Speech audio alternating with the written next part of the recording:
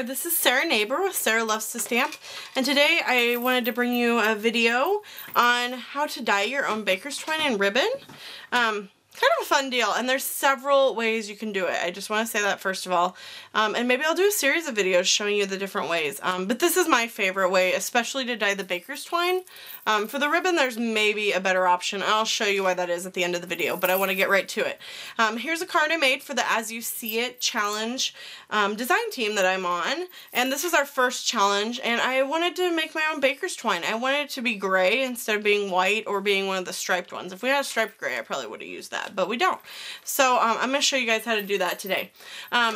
If you're unfamiliar with the As You See It challenge blog, it's brand new, and I will post a link to that right up here in this type of area.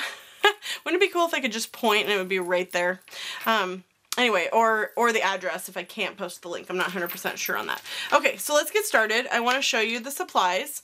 You need the isopropyl rubbing alcohol, and you want, I shouldn't have taken the lid off so I could show you the side, and you want the 70%. I always keep the 70% here in my craft room.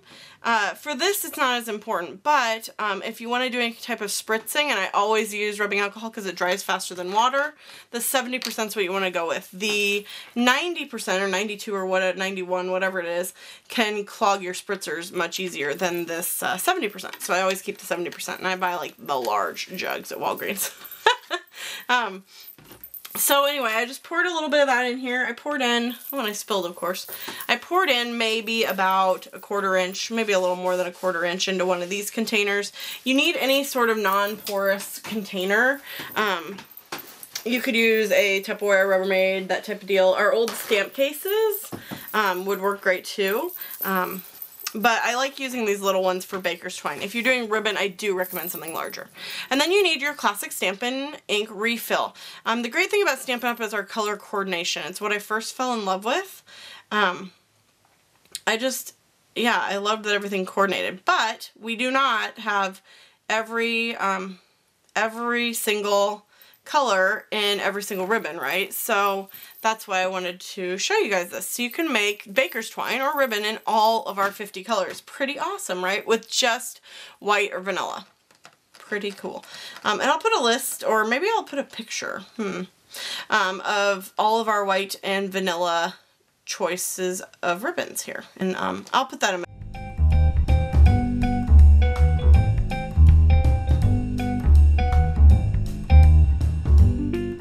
blog post. So anyway, I just put in 6 drops into this container, and I'm just stirring it around right now.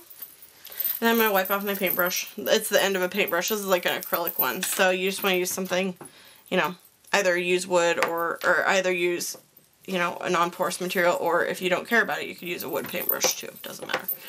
Okay, use a plastic spoon too, that's a great use. I'm doing Daffodil Delight today, which is, if you can see down here kind of in the corner, is why I have a piece of Daffodil Delight cardstock. I want to make sure that my final ribbon matches my project, or matches the color of the actual paper. It's going to look quite dark. You can see this is quite a bit darker than the paper. You want that. If it's not darker, it's not enough, I promise you. Because already you can see when I take it out that it's much lighter, and it's only going to get lighter. So I'll show you that when I go ahead and dab it off here. Ooh, I need more layers of paper towel, clearly. So you can see it's quite a sunny but very pale yellow. It's actually, for me, too pale for this cardstock. I need a little bit more color intensity. So I'm going to go ahead and add more ink. I think I did about 6 drops before. I think I'll go ahead and do 4 or 5 now. 1, 2, 3, 4. Oh, and there's a 5th. And you can just do it based on your own personal taste. If you like it lighter, it will certainly still coordinate with the project because it's going to be in the same hue, it's just a different saturation of the color. Okay, so that's stirred up. Go ahead and wipe it off. And this still may not be dark enough, but I'm going to go ahead and call it good for the purpose of this video, because I've made this video several times now, and I did it like, I kept doing it until I got it the way I want it to be, and then the video was way too long. So I don't think anybody needs to listen to me for that long. So just went ahead and put it on here. Just rubbing it off now. Yeah, and it's still pretty light, but it's much better than the last time we did it. And actually, when I put it on the cardstock, it looks fantastic, right? Look at that. It looks great. So, so maybe I'm just being extra particular. Okay, so this one's a little wet, so I'm just going to take this one, which I keep using for all my dried ones, or, you know, close to dry. And I'm going to go ahead and kind of string it out a little bit here. And I'm using a heat tool. Heat tools have to be used for embossing, but for this, you could use a blow dryer because you're not doing anything with embossing powder. You're just drying this, so that would be fine. And if you didn't squeeze all the excess liquid out of it before, this may take a little bit longer, and it may get way lighter as it gets drier. So just be aware of that, just so you're prepared if you need that. Okay, and then you can run it through your fingers, and you'll be able to tell if it's still wet. I think mine's pretty good. So there it is. And yeah, that's all there is to it. Now you can go ahead and use it on your project. I probably would do this with a few more drops because it is a little bit pale, but it looks pretty good. Let me show you a few other samples I've done here really quick. Excuse my reach. This is strawberry slush. And here's some strawberry slush I did. And then here's some Coastal Cabana. And here's some Coastal Cabana I did.